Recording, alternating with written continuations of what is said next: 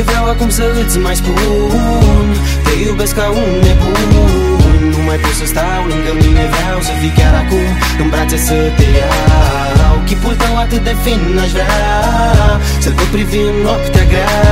Când tu nu ești aici, nu mai pot dormi, vreau să te sărut, să te pot simți.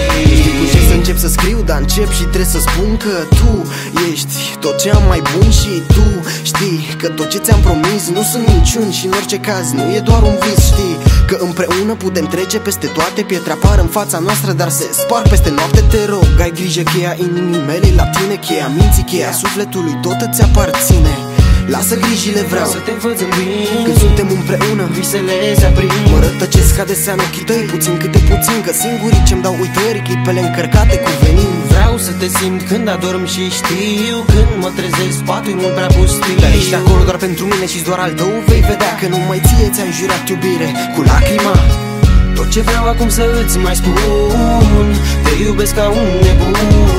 Nu mai pot să stau lângă mine, vreau să fii chiar acum în brațe să te iau. Chipul tău atât de fin aș vrea să-l pot privi în noaptea grea.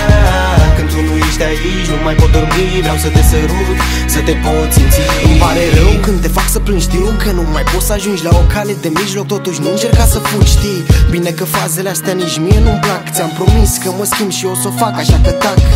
Când mă enervez și mă mai stresez cu gânduri peste gânduri, deși știu că aberez, ștergeți lacrima, vreau să spun că te iubesc. Păi de-aia poate sufăr așa mult când greșesc. Nu mai aud, nu mai văd, nu pot, nu mai am când din minte să te scot. Dacă nu erai tu, poate nu mai